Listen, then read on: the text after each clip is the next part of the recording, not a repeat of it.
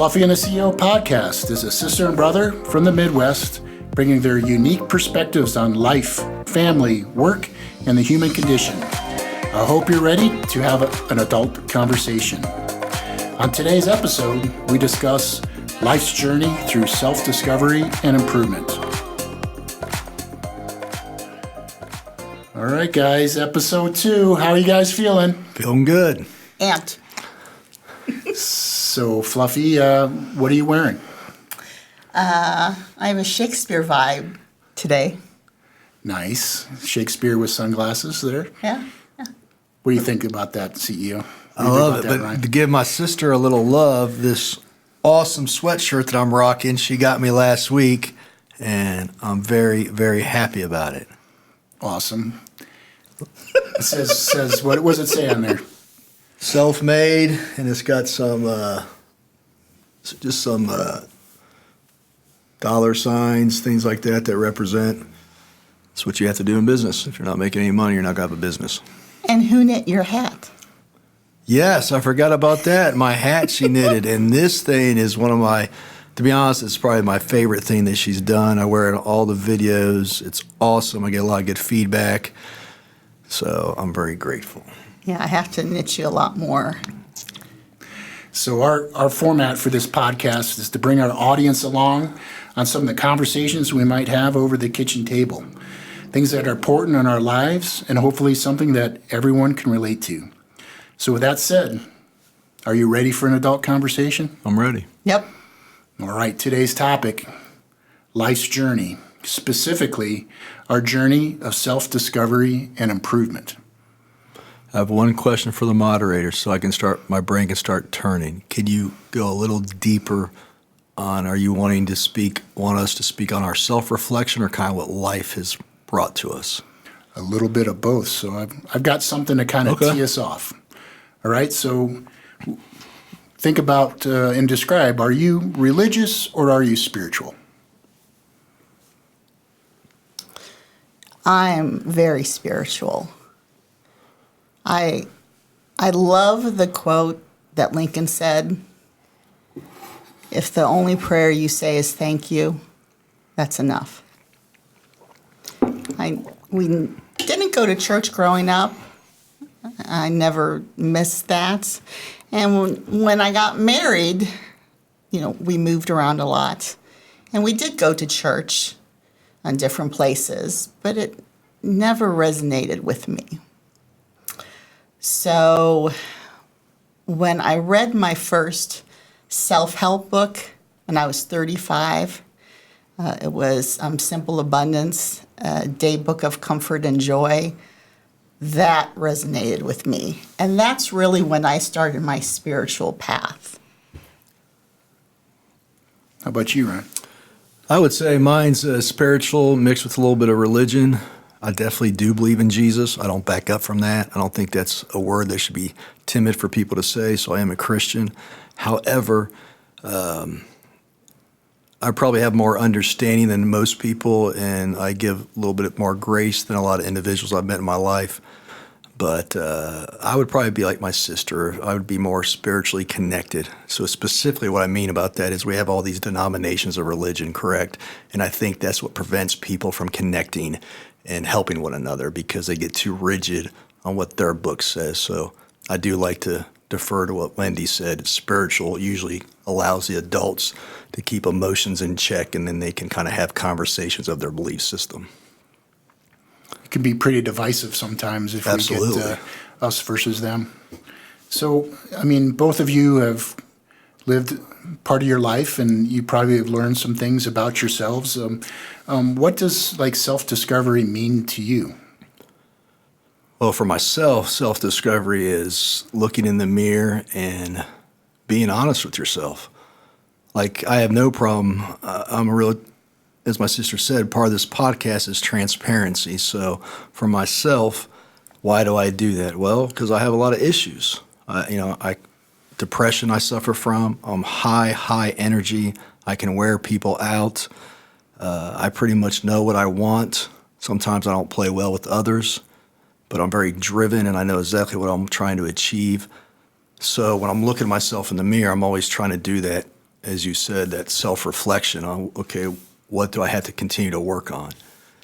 Small example, last 2 weeks, yeah, I was definitely in the dump, felt depressed, all these things. Well, why was that? For me, my antidote is exercise. So that's one of the self-discoveries, as you highlighted. I definitely have come to accept if I am not exercising, the chemistry in my brain, for whatever reason, doesn't get as balanced as well as if I am exercising. Interesting. Wendy, anything about you that you've discovered about yourself in terms of, similar to what Ryan said, in terms of exercise, or are there things that you've discovered that help you? Self-discovery to me means just being a better person every day. And how do you do that? Well, CEO said he loves to exercise. I love to knit.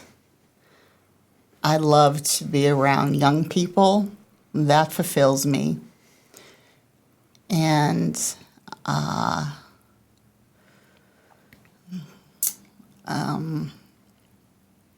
would say those are two my biggest things. But, you know, just being aware of what I need to work on and working on that every day. One advantage I think Wendy has, since she's educating the youth as a teacher, she can speak to this if it's accurate or not. She's always in touch with the younger people, so a lot of times she maybe subconsciously, which I would like to ask you, do you subconsciously sometimes get feedback from the younger people that make you self-reflect, like, oh, like I wasn't familiar with podcasts, and so I started teaching, and all these kids started talking about Joe Rogan. Was there any of that stuff? Absolutely, 100%. When you work with young people, it just keeps you young. Like Ryan said, you know how they talk, you feel their vibe, their energy, technology. Absolutely, absolutely. And they're funny. That's the one thing I love teaching young people, is they're so funny. And she's right. See, where I think she has an advantage over me is if I'm not careful running a business, if I'm only networking with people my age, 50 or older, I'm losing what I feel is the future or what's coming down the track. She's experiencing that daily just by being in the classroom. So sometimes I think that creates self-reflection. What do you think? I think absolutely. I think there's probably times in our lives that force us to have to look in the mirror and self-reflect more so than when things are going well, right? Correct.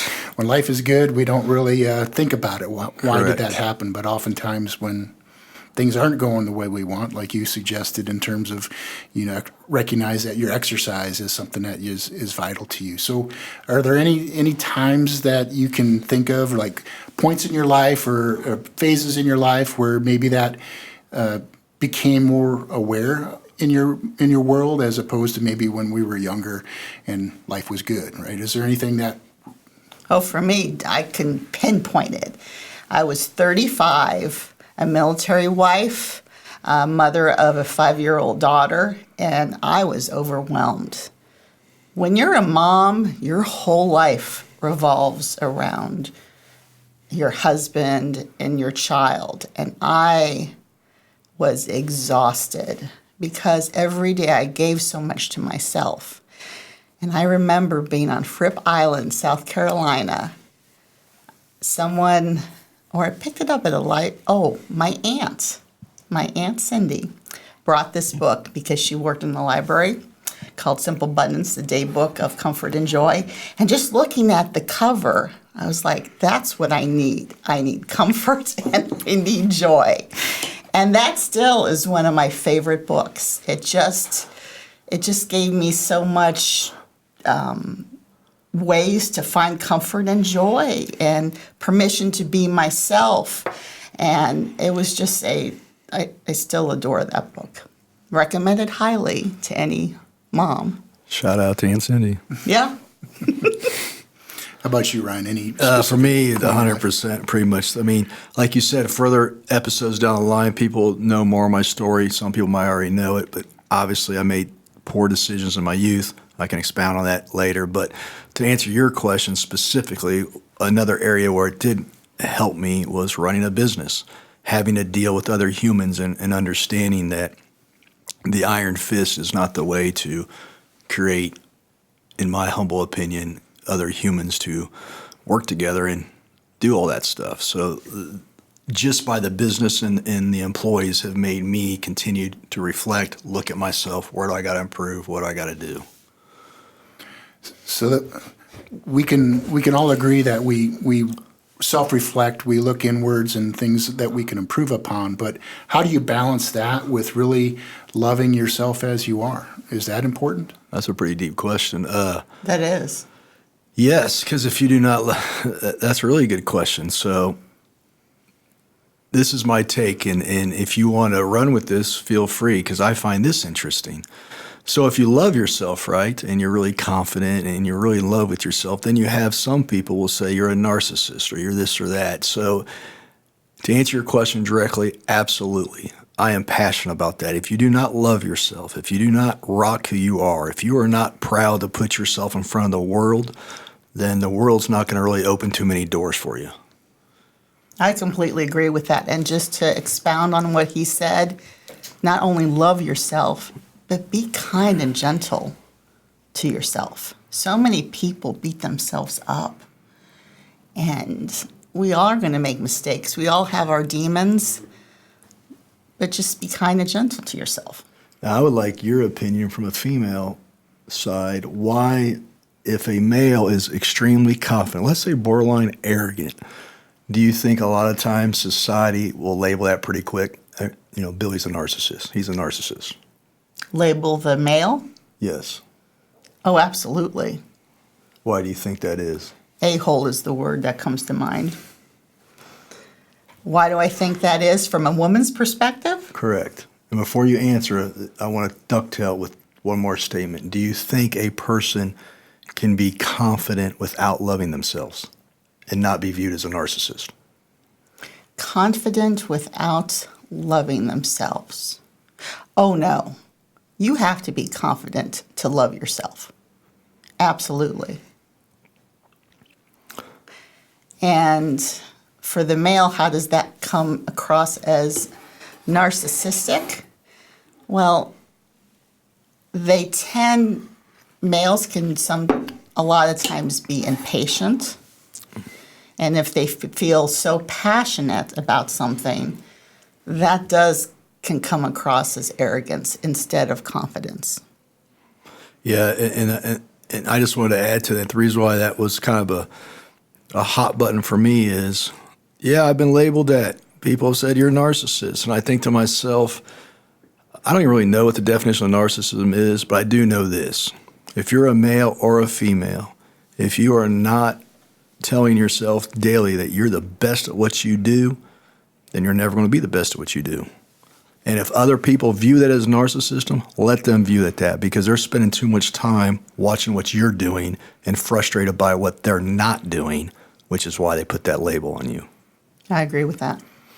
So I guess we have to be confident and love ourselves to a certain degree, but then also recognize that we have areas to improve. So how do you find the balance? Have you found the balance? What is the key to balancing so you're not a narcissist, or at the same time you're not so unconfident that you can't get up and function? Well, may I speak on that first?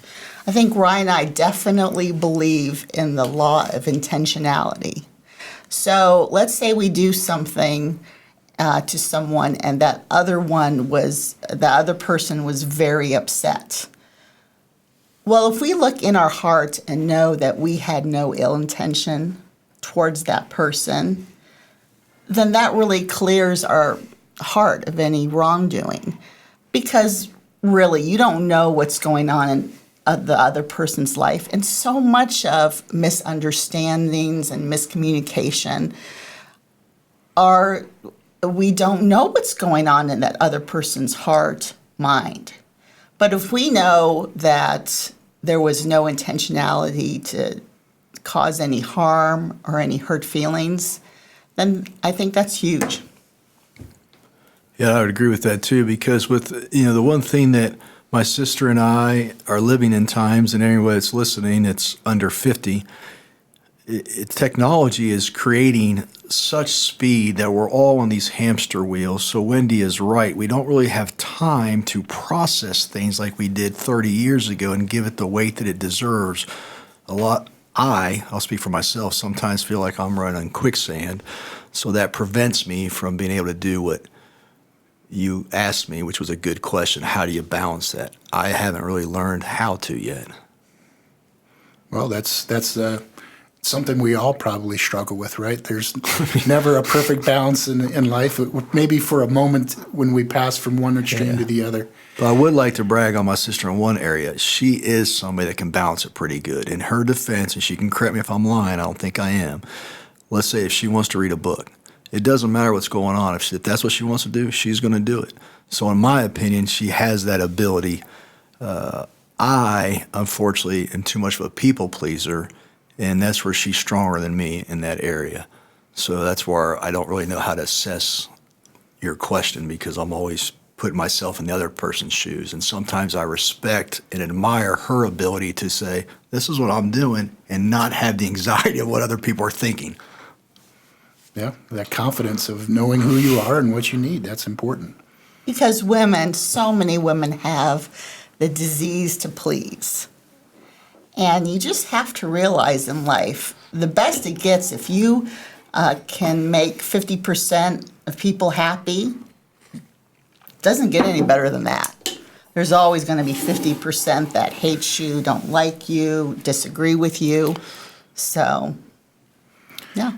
So let's talk a little bit about gratitude and kind of how does gratitude play into kind of your mindset and your self-improvement journey?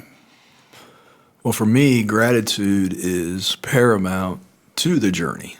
If I'm not grateful for the growth or what life is teaching me, you're not going to get anywhere. So gratitude is very important. And it's interesting to me that I think a lot of people lack, for whatever reason, the ability to let the world know what they're grateful for.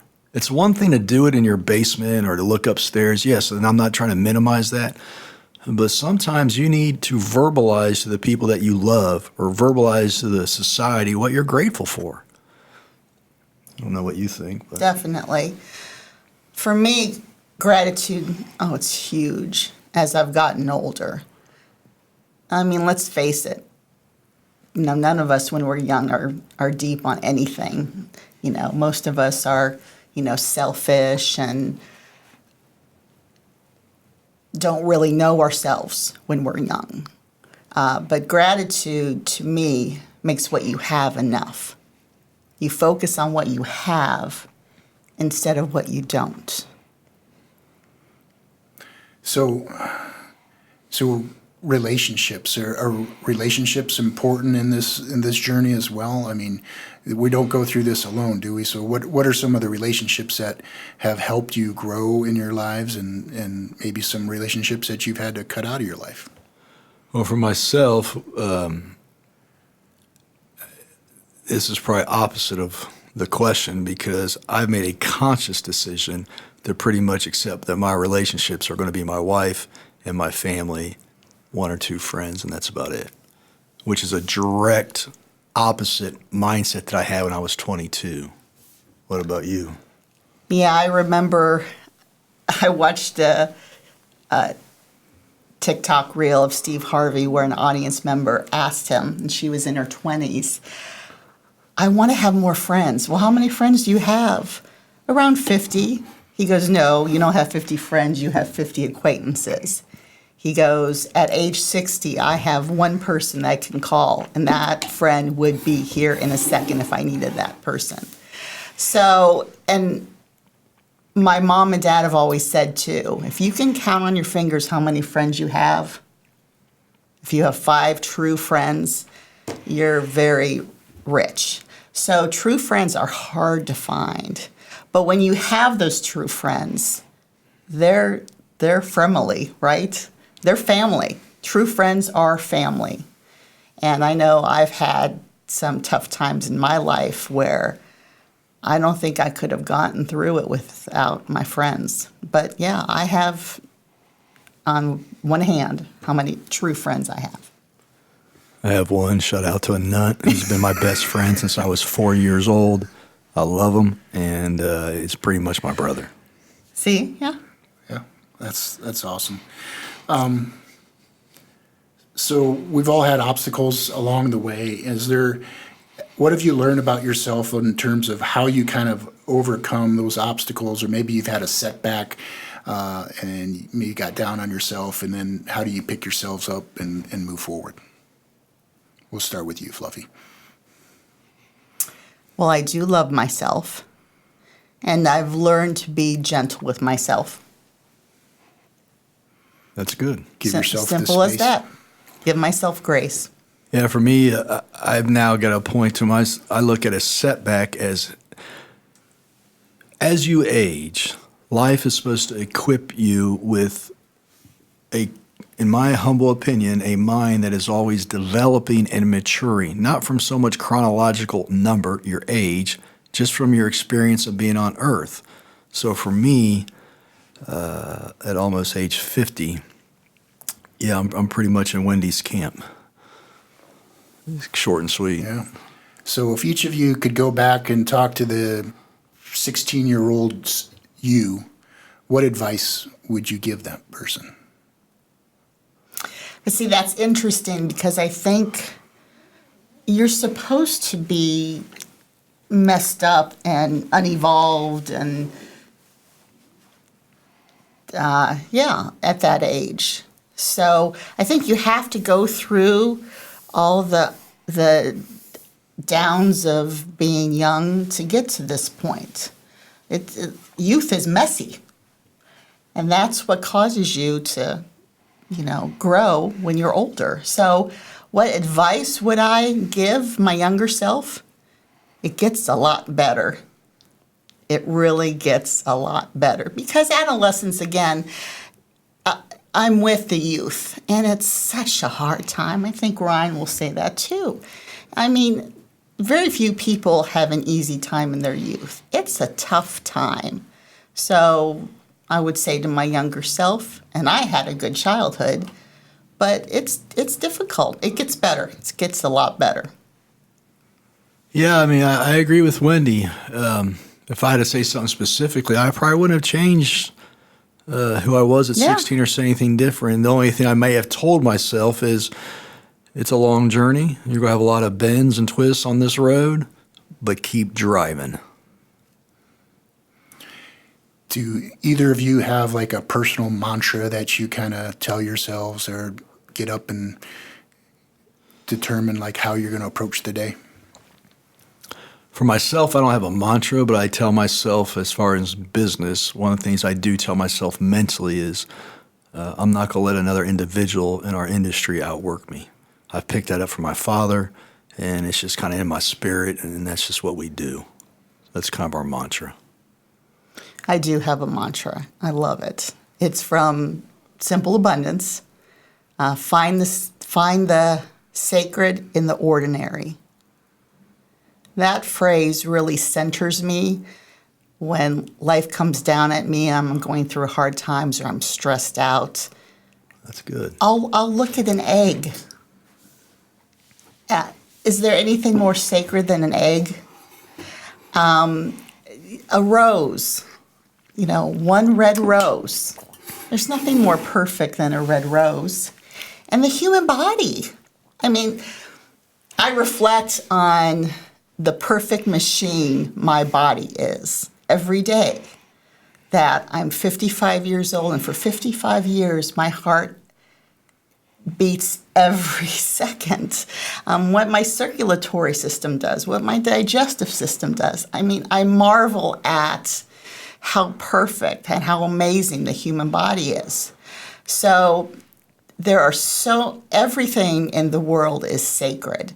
And if you just take a moment to reflect on those things, especially the things that you're passionate about, it really grounds you and centers you. So that's my mantra. I do like that. I learned something today. That's pretty deep. Find sacred in the ordinary? Is what you Yes. said? Okay. Find the sacred in the ordinary. I will remember that. And a lot of people, like it's for their pets, I mean, if you love your pets, you could just go on and on about talking how wonderful your cat is, me, your dog is, you. If you're a nature person, I know you posted that angel tree from South Carolina. Yes, I love that. That's just so, how is that not sacred and so beautiful? So I think that's a great way for people when they're stressed to just look at not just how cool or how beautiful something is, but how sacred it is. Does the moderator feel we need a mantra, or you're just curious if we have one? If you feel we need one or humans need one, I would be curious on your perspective why. I don't think there's one answer or the other. I Okay. just was curious if you had one. Fair enough. So I think what you guys touched on just now is just reflects back on the spirituality that you started out with. So I think so. Ryan, you learned about your sister's mantra. Yes. Is there anything else that you maybe learned about her today through this conversation? To be honest with you, that's probably the deepest one. I'm a guy that's pretty deep, and her saying that sentence, I'll think on that, I'll meditate on it, and it'll make sense to me, and it already has because she's my sister and I know her, and that fits. So I appreciate her sharing that with me. So Wendy, anything that you learned about Ryan today? No major revelation. All right. Well, thank you guys.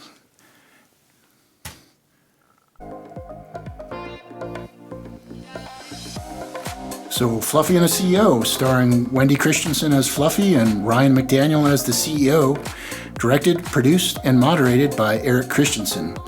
This show is supported by Dunkin' Oil Company, changing the way you view energy companies. A special thanks to our VP of Merch, Catherine McDaniel. Please check out our merch by visiting fluffyandtheceo.com. Remember, when you're feeling down, just turn on the show. Fluffy and the CEO, they'll make your day glow. With their love and laughter, they'll chase away the blues. Fluffy and the CEO, they're here for me and you.